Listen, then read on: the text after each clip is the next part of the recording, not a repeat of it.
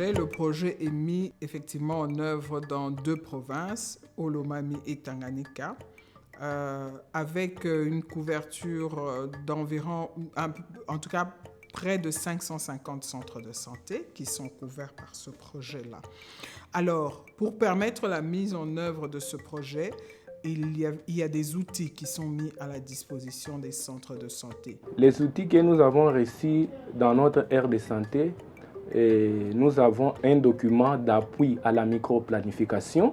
Nous avons une application de suivi des PEV en RDC. Et nous avons aussi une application IRLEN qui nous permet de suivre une formation avec vidéo. Tout part de la planification. On ne peut pas bien faire les choses si on n'a pas planifié. Et le premier outil, c'est cet outil de microplanification pour identifier les cibles. Où est-ce qu'elles se trouvent? C'est un outil extrêmement important qui améliore la planification, qui nous dit quelles sont les limites et comment je vais atteindre ces cibles éparpillées à travers soit l'aire de santé ou l'aire de vaccination. Nous avions été formés pour faire la géolocalisation de l'aire de santé tout entière. C'est nous-mêmes, les IT, qui nous sommes rendus. Et après ça, nous avons donné les données aux personnes habilitées. Ils nous ont fait sortir une carte. Et cette carte vraiment qui nous énumère la réalité du terrain par rapport à ce que nous sommes en train d'appeler pour la couverture vaccinale. Et c'est par là même qu'il y a eu regroupement des villages par rapport aux stratégies avancées. Nous sommes allés de 4 stratégies fixes en 12 stratégies fixes.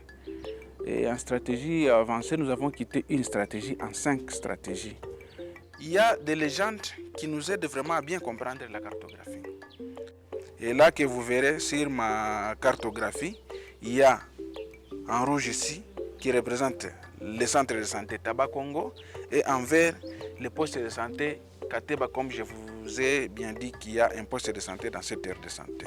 Notre cartographie nous identifie même les priorités par rapport aux séances de vaccination. Quand on a assuré en rouge, là nous connaissons que vraiment dans cette aire de santé, la partie est concernée en première priorité pour la vaccination. Et si c'est peint en vert, c'est la priorité D. Ça nous aide à bien couvrir l'aire de santé et la séance en stratégie avancée. Autre légende, c'est la population. Dans tous les sites là, il y a des populations respectives qui sont bien connotées à la cartographie. Et il y a même nos différentes aires de santé qui sont à côté de nous, qui sont bien spécifiées et bien délimitées. En tout cas, avant, c'était une méthode traditionnelle, comme vous le savez. C'était je ne dirais pas que c'était des cartographies, là c'était des croquis. Et vous allez voir qu'il y a plusieurs informations qui manquaient. On ne savait plus tel ou tel autre village se retrouve à tel ou tel autre niveau. Donc ça, c'était une méthode vraiment empirique. Nous avons maintenant une idée un peu plus précise de où est-ce qu'il y a beaucoup de populations et à peu près combien de séances de vaccination la semaine, le mois qu'il faut faire pour essayer d'atteindre tous les enfants. Le deuxième outil, c'est une application pour renseigner sur les données de vaccination par SMS. Donc c'est l'outil, une application qui est mise dans le téléphone portable et à chaque fois que la séance de vaccination est finie, ces données sont transmises via l'application, sont envoyées par SMS et ça permet d'avoir en temps réel les données de vaccination. Telefone tusaidia juu ya kutuma madone mbele kwa ni paka mardi banakuya bapla mashako ndio banamvoya mais hapa inakuwa si peke tuko nayo tukimaliza séance ya vaccination tunatuma madone. Parmi ces enfants, combien ont reçu le vaccin VPI pendant la séance? 3. Combien de flacons de VPI? 5 flacons. Un flacon.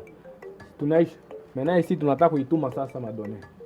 Na avant kuenvoyer madone, il faut kwenda nje ndio kupata ma coordonnées géographiques GPS.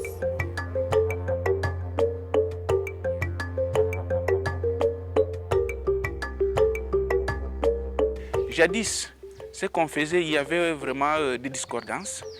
La personne peut aller et vacciner. Il n'a pas encodé, ce sont des traces qu'il a laissées seulement sur un papyrus. Arrivé à la structure, il fait son pointage tel qu'il voit par rapport aux pertes de vaccins. Et maintenant, avec des fonds, si vous nous rendons au monitorage, il y a une aire de santé qui est excellente sur la vaccination. Nous avons aussi la facilité de parcourir ces données moyennant nos téléphones là. L'aire de santé voisine, voilà ces données. Ça nous permet aussi d'avoir les modèles de ce qu'il a fait pour un peu organiser nos séances à la prochaine. J'ai été très émerveillé quand j'ai vu le rapport préliminaire qui nous a été envoyé. Donc les infirmiers titulaires ou les équipes de vaccination, là où ils vont vacciner, il y a des mesures GPS qui sont envoyées, qui nous permettent de nous rassurer qu'effectivement, là où l'IT prétend être, c'est là où il est réellement. Et le troisième outil, c'est un outil extrêmement important, c'est un outil qui met l'accent sur la formation. Le constat fait sur le terrain a montré que plusieurs prestataires avaient un besoin énorme en formation, dans la formation en PEV. Je ne sais pas quel jour, en tant que direction du PEV, ou bien quel jour la DPS ou même la zone de santé pourrait aller dans tous les centres de santé pour former ces prestataires. Ça prendrait du temps, ça prendrait énormément d'argent. Mais avec ce projet, il a été développé une application pour avoir des vidéos, environ 52 vidéos, que les prestataires peuvent regarder. Et à la fin de ces vidéos, il y a un test auquel ils doivent répondre avant de passer à la prochaine vidéo. Et ça les forme. Chaque fois, à la fin de la séance, nous nous mettons ensemble, on choisit une thématique sur laquelle on peut apprendre tout le monde.